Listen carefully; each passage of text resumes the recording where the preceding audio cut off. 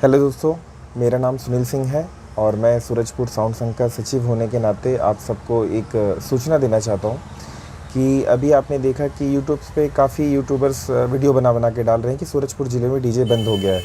लेकिन इसका मुख्य कारण कोई नहीं बता रहा है, लोगों को गुमराह कर रहे हैं, गलत जानकारी दे रहे हैं। उनका कहना ये है कि बड़े डीजे वाले मनमानी कर रहे हैं, छोटे डीजे वाले कहाँ जाएंगे, भूखे मर जाएंगे, कैसे खाएंगे, कैसे जिएंगे। तो मैं आप सबको इस बारे में बता दूं कि ऐसा कुछ नहीं है। हमारा सूरजपुर ज़िले में डीजे बंद करने का सबसे प्रमुख उद्देश्य ये है क्योंकि हमारे कई सारे डीजे वाले ऐसे भाई हैं जो लाखों का इन्वेस्टमेंट किए हैं। बात सही है, किसी ने ज़मीन बेच के डीजे ख़रीदा है, किसी ने बैंक से लोन निकाल के डीजे ख़रीदा है। लेकिन हमारा उद्देश्य किसी को तकलीफ़ देना या दुख पहुंचाना नहीं है। हमारा डीजे बंद करने का मुख्य उद्देश्य ये है क्या है कि जब हम लोग डीजे बजाने के लिए जाते हैं तो जनरली शादियों में हमारा काम 3 से 4 घंटे का रहता है। हम 3-4 घंटे अपना काम करते हैं और अपना पेमेंट लेके हम अपने घर आ जाते हैं। लेकिन जो ये विसर्जन का काम होता है, विसर्जन के काम में आप मान के चलो कि कम से कम 7 घंटे, 8 घंटे, कई बार 10-10 घंटे का भी काम होता है। एक छोटा सा एग्जांपल आपको देता हूँ। आप देखोगे कई बार कि किसी गाँव में 3 या 4 गणेश जी की मूर्ति बैठाई जाती है, विसर्जन के लिए 5-5 डीजे भी आते हैं और बाद में ये सारे डीजे वाले आपस में ही कंपटीशन करने लगते हैं, आपस में झगड़ा कर लेते हैं, लड़ाई कर लेते हैं और ये भूल जाते हैं कि हम सब डीजे वाले तो एक ही है ना। ये इन गांव वालों के कहने पे, इन समितियों के कहने पे झगड़ा कर लेते हैं, आपस में कंपटीशन करते हैं। इस सामान का नुकसान होता है अलग, इसकी भरपाई कोई नहीं करता। दूसरी बात, जो सामान लगता है विसर्जन में, अगर आप 4 टॉप 4 बेस का काम कर रहे हैं, अगर आप 6 टॉप 6 बेस का काम कर रहे हैं, अगर आप 8 बेस 6 टॉप का काम कर रहे हैं, फिर भी क्या आप मुझे बताइए, आपको उस हिसाब से बुकिंग का पैसा मिलता है क्या? नहीं मिलता है। आपको समिति वाले कहते हैं चलो 10,000 में कर देना, तेल खर्चा देख लेंगे, ये बहुत सारी बातें आती है।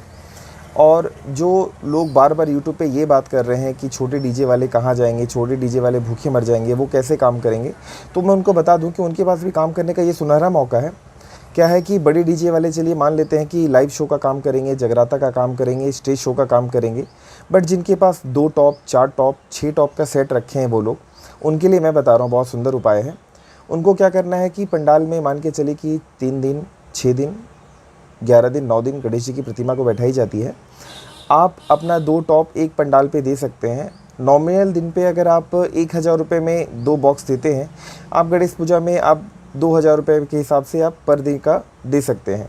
उसके हिसाब से अगर आपके पास 4 बॉक्स हैं तो आपने 2 बॉक्स एक पंडाल में और 2 बॉक्स एक पंडाल में दे दिया, यानी कि दिन के आपके 4,000 रुपये एक दिन की कमाई है। अगर आपका सिस्टम 10 दिन के लिए भी लगता है तो 40,000 रुपये की आपकी शुद्ध बचत है, जिसमें आपको किसी प्रकार का कोई मानसिक प्रेशर नहीं है, नहीं किसी गाड़ी का टेंशन है, नहीं जनरेटर का टेंशन है, नहीं किसी रोड शो का टेंशन है। आप आराम से अपना काम कर सकते हैं। समझने की ज़रूरत है, हम डीजे बंद करने का, हमारा किसी को नुकसान करने का हमारा उद्देश्य नहीं है। आज इस फैसले के साथ अगर आप खड़े होते हैं तो इससे आपका फ़ायदा होगा। आने वाले समय पे आपको अच्छे पैसे मिलेंगे, अच्छी इज्जत मिलेगी। तो क्या आप मेरी बात से सहमत हैं? और अगर सहमत है, इस वीडियो को ज़्यादा से ज़्यादा शेयर करें ताकि जिन लोगों ने गलत इन्फॉर्मेशन या गलत सूचना फैलाई है उन तक सही मैसेज जा सके कि डीजे बंद करने का मुख्य उद्देश्य क्या है। और भी किसी को अगर कुछ डाउट्स रह जाते हैं तो अगली मीटिंग जहाँ पे होगी आपको अपने लोकल एरिया में पता चल जाएगा। आप मीटिंग पे आएँ और अपनी एक एक समस्या को पूछ सकते हैं। हम आपके समाधान के लिए बैठे हैं। आपको किसी प्रकार की कोई भी अगर परेशानी है तो उसको सुधारने के लिए हम बैठे हैं, उसको सॉल्व करने के लिए बैठे हैं। हम किसी भी डीजे वाले को छोड़ेंगे नहीं, वो 1 बॉक्स वाला हो या 40 बॉक्स वाला हो। अगर आप पूरा सेटअप लगाना चाहते हैं, पंडाल के अंदर पूरा सेटअप लगा सकते हैं, वहाँ पे कोई मनाही नहीं है।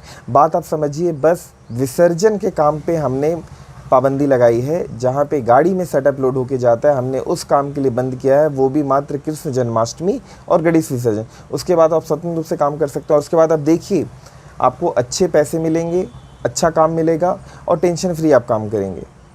तो आप डिसाइड कीजिए कि आप कौन सा रास्ता चुनना चाहते हैं। आप अच्छे काम करना चाहते हैं या ये मानसिक प्रताड़ित होकर वैसे काम करना चाहते हैं। धन्यवाद।